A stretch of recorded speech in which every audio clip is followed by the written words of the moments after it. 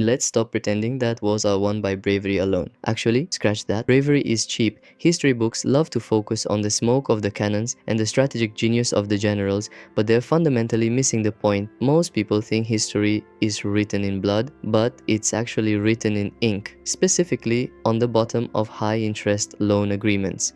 We've been fed this romanticized version of the battlefield where heroes are the architects of fate, but let's be honest, that's a convenient lie. The truth is far less poetic and a lot more calculated. You see, an army doesn't run on morale, it runs on a massive, relentless flow of cold, hard cash. Without it, the greatest tactical genius is just a man in a fancy uniform shouting at a crowd of hungry people. But here's the catch. What happens when the king's treasury is bone dry? Now, why does this matter? Because at Waterloo, the real victory wasn't won with a bayonet, it was won with a ledger. Sound familiar? But is it really that simple? To understand how we got here, we have to look at Europe in the early 1800s. It wasn't just a continent at war, it was a continent being financially dismantled. Napoleon was a force of nature, no doubt about it. He moved faster, hit harder, and rewrote the rules of engagement. But Napoleon had a fatal flaw.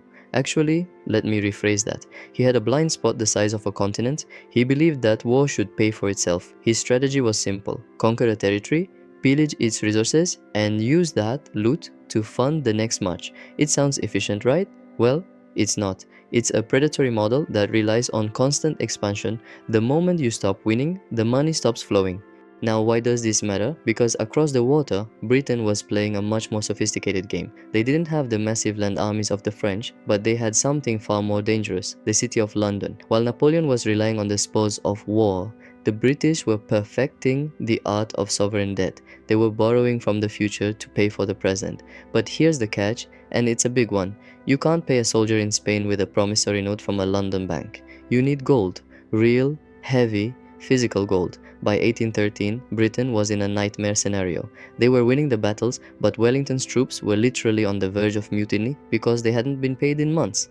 Think about it. The most powerful empire on earth was about to go bust while winning. It's a paradox that would have changed the world if it weren't for a few very specific bankers. Enter Nathan Meyer Rothschild. He wasn't your typical banker sitting in a dusty office. He was more like a high-stakes financial smuggler. Actually, let's call him what he really was: the logistical lifeline of the British Empire. The problem facing London wasn't just finding the gold, it was moving it. Think about the map of Europe in 1814. It was essentially a fortress. Napoleon's continental system was designed specifically to starve Britain of trade, resources, and influence. But here's the catch. Nathan had a family network that functioned like a 19th century version of the dark web.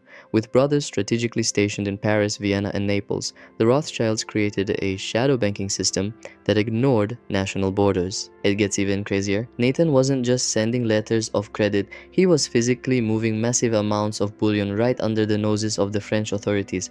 In fact, they scratched that. Let's look at it this way: he was playing a double game. Sometimes he used his connections within the French government to get official permits to move gold under the pretense that the outflow of money would weaken the British economy. In reality, that gold was heading straight to the Duke of Wellington's coffers. It was a high-stakes shell game with the fate of Europe on the line. Now, why does this matter? Because while Wellington was worrying about musket volleys and cavalry charges, he was completely dependent on a man in London he had never even met. Without Nathan's gold, the British army would have disintegrated from within before they even reached the Belgian border. But Nathan's real genius wasn't just in the movement of gold, it was in the movement of information. He understood that in a world of total war, being the first to know isn't just an advantage, it's everything. The private courier network, using fast horses and carrier pigeons, was faster than any government service. While the British state was relying on slow-moving ships and official reports, Nathan knew the results of battles and political shifts days in advance. He wasn't just betting on the war, he was front-running the entire geopolitical landscape. But is it really that simple? Not quite, because the biggest gamble was yet to come, and it happened on a rainy field called Waterloo.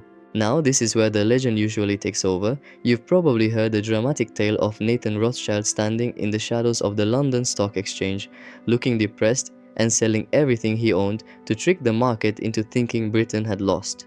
The story goes that he crashed the market, bought it all back for pennies, and became the world's richest man overnight.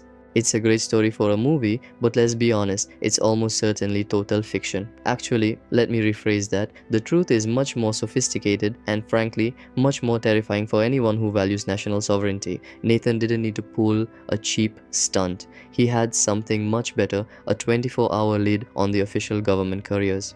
Think about it, in a world without the internet, information was the only true superpower. When Nathan's career arrived in London with the news of Napoleon's defeat, the British government was still waiting for a ship to cross the channel. But here's the real twist. Nathan didn't just buy some stocks to make a quick buck, he went all in on government bonds. He knew that the end of the Napoleonic Wars meant the end of massive military spending and the start of a new, stable era for the British Empire. He wasn't just betting on a victory, he was betting on the long-term creditworthiness of the state. By the time the official news hit and the public started celebrating, the Rothschilds had already locked in a position that made them the primary creditors to the British government. This wasn't just a one-time profit, it was a permanent seat at the table of global power.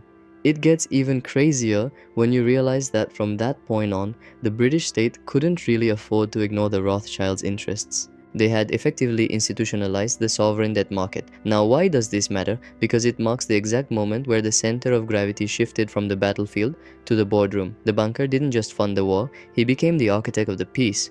But is it really that simple? No, it's about control. So, who really wins wars? If we look at the wreckage of the Napoleonic era, the answer is pretty clear. Generals win battles, but bankers win the peace that follows. Napoleon ended his life in exile, and the old monarchies eventually faded into history. But the financial systems, built by the Rothschilds, they only grew stronger. They created a world where war became a calculated investment, a matter of credit ratings and debt to GDP ratios. It's easy to get caught up in the drama of the battlefield, the heroics, and the tragedy. But the cold truth is that the person who funds the bullets usually has more say in where they're fired than the person pulling the trigger. Actually, let's take it a step further. In the modern world, the war often ends when the money says it's over.